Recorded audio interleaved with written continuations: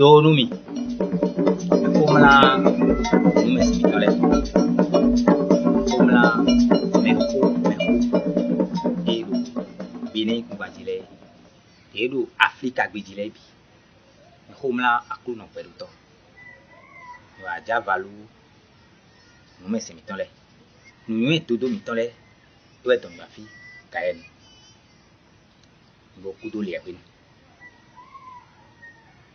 Benin kubaye do edi yo nume todo sin asikanji yo minalo Benin on to de bayi o dasi peli do nume todo miton edo weka we weka ton konton we no mentile esu popo gege edo wobu no ya to fun boya do edo wobu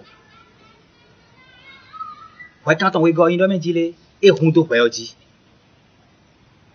bo mi so mu wa le nkan ton lo tebe no yoro ta ura do pita mi na pi Benin tan ta hometa Afrika tan mo je mi ale bo pi to de si tan ene we ko tan bo ko inu bo ko jo ai bo jo lo bo mi ado te ngbeju ton bo me bi na mo kun je me yo to e ton mi wa fi mi bo le kudo le we nu mi to donu mi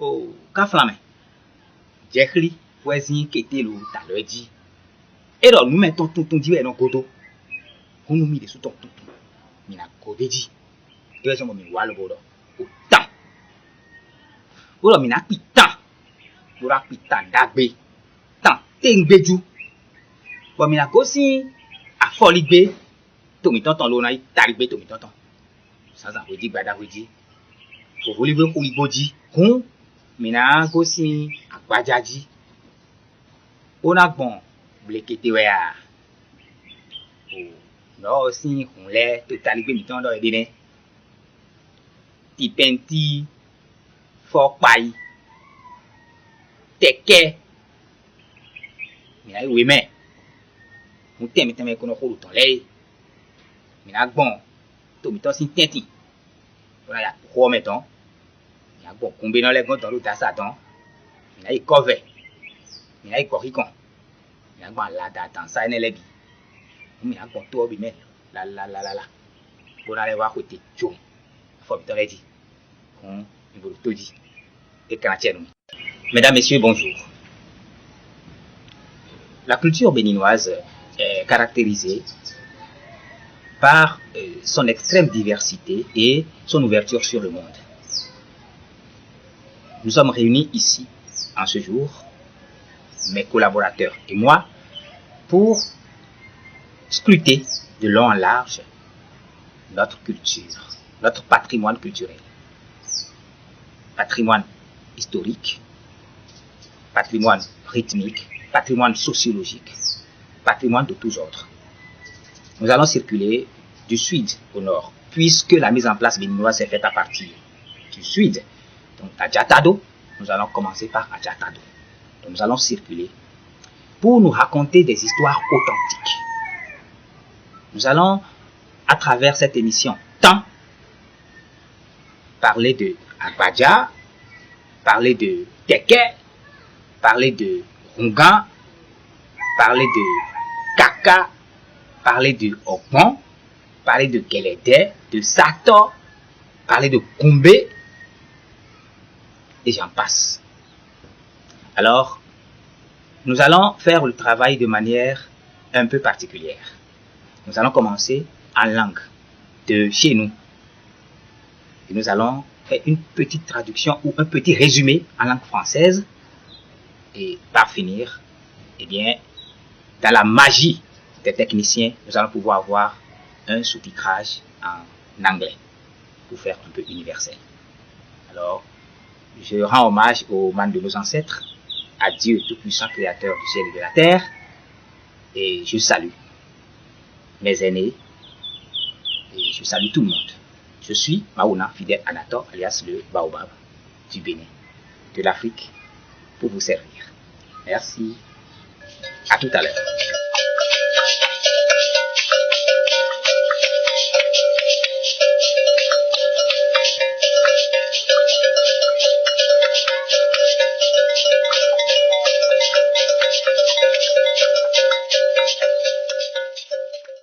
Ene metilemi o taru no ha tiji bo si koto ene na fana obiene ko do la yen ko die tan wa ko mi jene metilemi ni ko le de plele e jlomi aye pe ti jlomi mo ene le mi no go fi ene o nu yo sisi nu yo todo mi tole weti mo bo le mi ko do gbon yo mi ayi ajatado joten ka flan so ton joten won we yin le so yo mi lo Maouna Fidèle Anator oyin sa ko lobo gonu ajatado don mi na ko si wa so mo ten bo pa ko to tali gbe to ton mo na ti ene bo bi be me mi de ne bo o mi ado agbaja ko agbaja e te ka agbaja to me ne mi o mi lo ko do fi die yo o be ne nu teme de ro to gudo le bi to lo mi e ene mi bo ganja le ile so ganja gbon e lo to o ra si ta ma do yon mi ba do tun do je khri we si kete bo ta lo ji ka flan e lo me ji le nu me to tun ji e no godo bo ne o we ko ta ji nu mi to le ji join nu mi to tun e ji e mi na godo do aki si hu do soji a aki ma do ai ku bale e si hu pe de bon e a to lo da ku ba lo o ai ku ba si o vile mo du e kanji lo na mo te ba do su ba do kolo ba to dagba ba to ti frele lo ko ti lo le ba o ba mi to ti frele fi di ya ni eno bi do Maouna Fidèle Anator alias ba o ba bona no ta fe pe de kami bo mi ada agbaja ko agbaja o kun de weyin bo kun obu mi ko do san le ti lo bene to o to kun e do fly bo do obu o kun do peji nu enele nu dodo enele si dali o agbaja lo fine la jata do kan me no kori fine be jodi fine be jote mi ton fine o ne lo jodi ohun e do e ka be ya agbaja yo e Benin kere no kori ya e no koro Togo e no koro Ghana mo yi kun lo ba no so kwa agbaja na yo Ghana we no mo te ngbeju ton de yo fo do authentique tam authentique agbaja ton le o Ghana me no money o mo wi o pacha bi dodo le ko mo wi lo fi me la ko Bosu Barthélemy alias Adjeuda ye lo ko lo fi bo gbe si zo la waji Albert Besanvi e wa lile Adjana lo do alo pe na bo e peti on me atun o agbaja rénover mi adore agbaja e di o wan aye bo to kungun na lo bo e le yan se bo le yan pon bo e dacho we o me e dacho si so me e dacho mi ko le me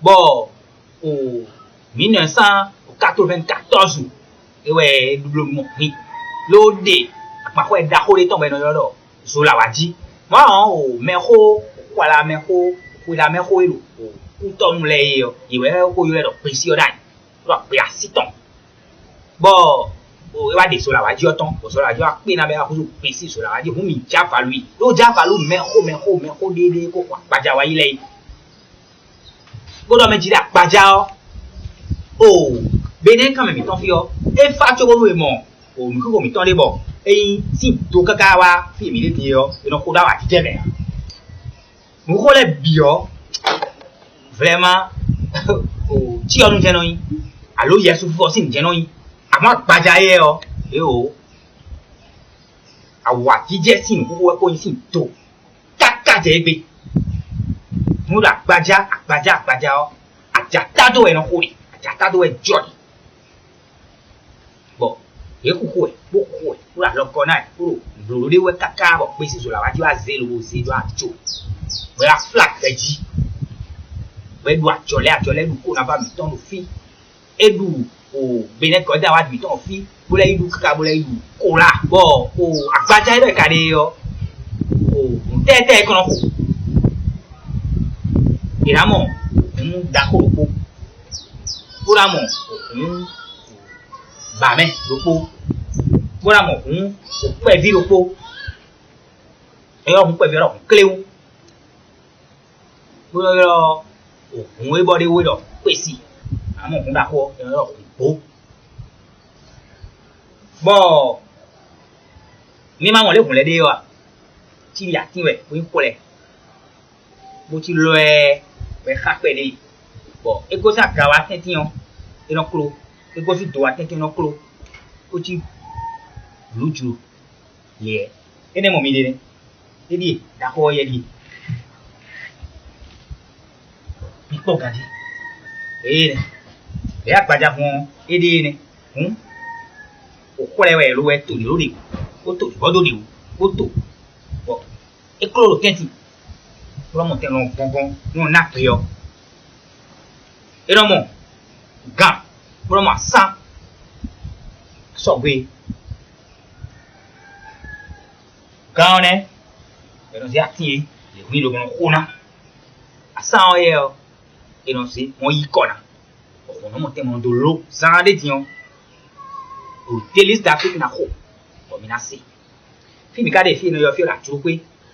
Atu one kai tane mi mamo atu one ku no ko ton le ni wa atu ku yo mi de bo mi atu fi le ko do mi we bo o peta do ku atu ku yo fi be no yo do Delis d'Afrique ko mla o ton ti Félix Fanu se do ko mla o agbeje Samson pardon ko mla ko do Janine ko mla ma ko gratis ko mla nato Floriki boko mala Davis le Deville kafla o kabli ko ci ko mala mi lo ko la mi wa konu masi ko me o bravo kafla son ton oh quand alors we je quand mon coton alors ke moi no vedo a moi lo kon fu pere do gbaja do ere yo we de bo no jo kan pere en blu kan pere kan lo blu kan en blu ke mo kan no do ere sa de jo ya ho mi na mo na se ka sa o ye no do check no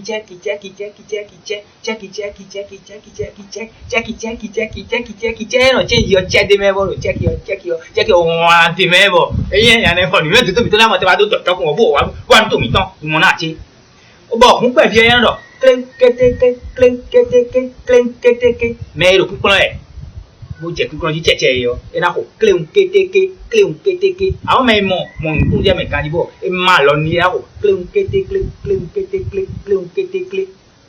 do de ye me de a ko le e be cheche ne e ka o me kan ya mo a ko le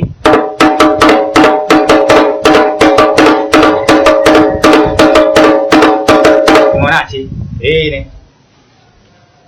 Quand on est waine, sans ne waine, on fait on est waine. On te toye na ibeni. Alors tengede. Da ko na bien mais. C'est crédit. Tout c'est ne. Mano yiwe. Oh, hunda ko do. Oh, what the work for. Be kono yinu yede. Pe bi lo no le ai gbena. Ba ton le no ko do. Dile no do ko me be no itini me do we.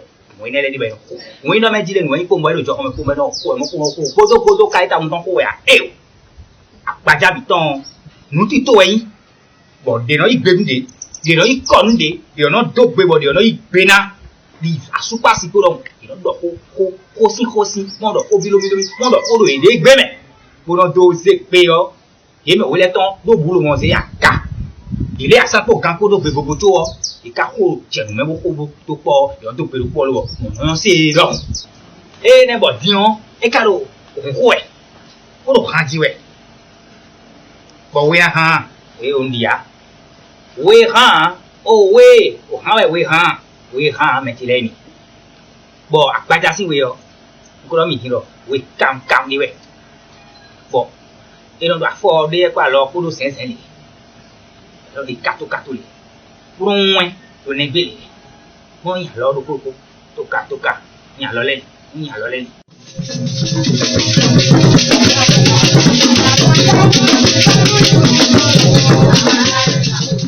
Ça en est dit, bon, minamon. Mon coup jamais. Et pas déjà, les non bon yo. Et nous l'ouvert au débois. Il ben mais on dans l'eau. Il ouais. Non il y est. On y est. Il est dans le pas ben dans les votes tigon. Ou Samsung pas de koto. On béton les pour. L'eau pas quoi ne bon mi aller quand il mon coup jamais. Alors, le Agbaja est un rythme traditionnel béninois originaire de l'ère Adjatado. Ce rythme est un rythme assez festif. Ça fait partie des rares rythmes béninois qui sont festifs. Il y en a d'autres. Mais la majorité des rythmes, c'est souvent rituel ou sous fond de tristesse, pour les défunts, pour un enterrement et autres. Mais le Agbaja, depuis le début, depuis l'origine, le Agbaja est fait pour être festif. Et le Agbaja est vraiment festif. C'est pour les réjouissances populaires. Le Agbaja est partagé par le Bénin, le Togo et le Ghana. D'ailleurs, les instruments authentiques du Agbaja s'achètent ou du moins se retrouvent plus au Ghana. Et vous savez bien que la mise en place du Bénin s'est faite à partir de Adjatado. De la même manière, le Agbaja est né à Adjatado et s'est répandu dans le Bénin. Donc ça se joue un peu partout dans le Bénin. Et ici aussi, à Adjouroukwé, je vous souhaite la bienvenue donc à Adjouroukwé, eh bien, nous nous amusons à jouer du Agbaja avec les Délices d'Afrique. Les Délices d'Afrique, une troupe de percussion authentique et VIP, eh bien, qui se passe ici, à Adjouroukwé, avec comme chef pupitre mon frère, mon alter ego, Félix Fanou, que je salue au passage. Et nous profitons pour rendre hommage à nos ancêtres, pour rendre hommage aux détenteurs du rythme Agbaja. Nous avons fait honneur à Pachavi, le père, Feu Pachavi. Nous faisons hommage à Pachavi Junior, son fils, qui a pris le relais, à Bossou Barthélemy, alias Adjeola, à Zola, et à Bessi Zolawadi, celui-là qui l'a révolutionné. C'était en 1994 que cela s'est passé véritablement, parce qu'il a commencé par jouer du Agbaja et les anciens voilà, qui étaient à Cotonou l'ont surnommé Bessi. Bessi, c'est-à-dire qu'il a une belle voix, il possède une voix. Et après, il a révolutionné en faisant un album intitulé Zolawadi. Et cet album donc a conféré son nom à son nom d'artiste. Et c'est devenu Bessi Zolawadi. C'est lui qui a révolutionné le rythme Agbaja. Et par ailleurs, il y a lui-même des instruments modernes. Nous lui faisons hommage. Agbaja!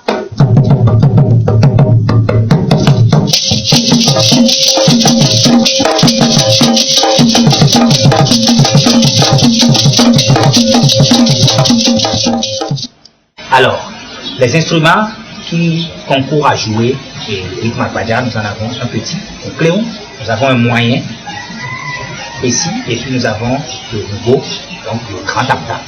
Vous voyez que ce sont des lamelles. Vous voyez bien que ce sont des lamelles, comme des planches qui sont entreposées côte à côte. Vous voyez bien, et puis c'est légèrement arqué, et puis ça donne un rebondissement au milieu pour pouvoir donner la base du son. Vous avez vu, voilà comment ça se présente le grand, le petit et le moyen. Et ça commence naturellement par un gong et par une castagnette. Et tout à l'heure, ça va s'exécuter. Donc les Délices d'Afrique vont exécuter, vous allez voir, exécuter le rythme. Et après, nous allons passer aussi à la danse. Nous vous disons merci pour votre écoute. Nous vous disons bonne position d'écoute.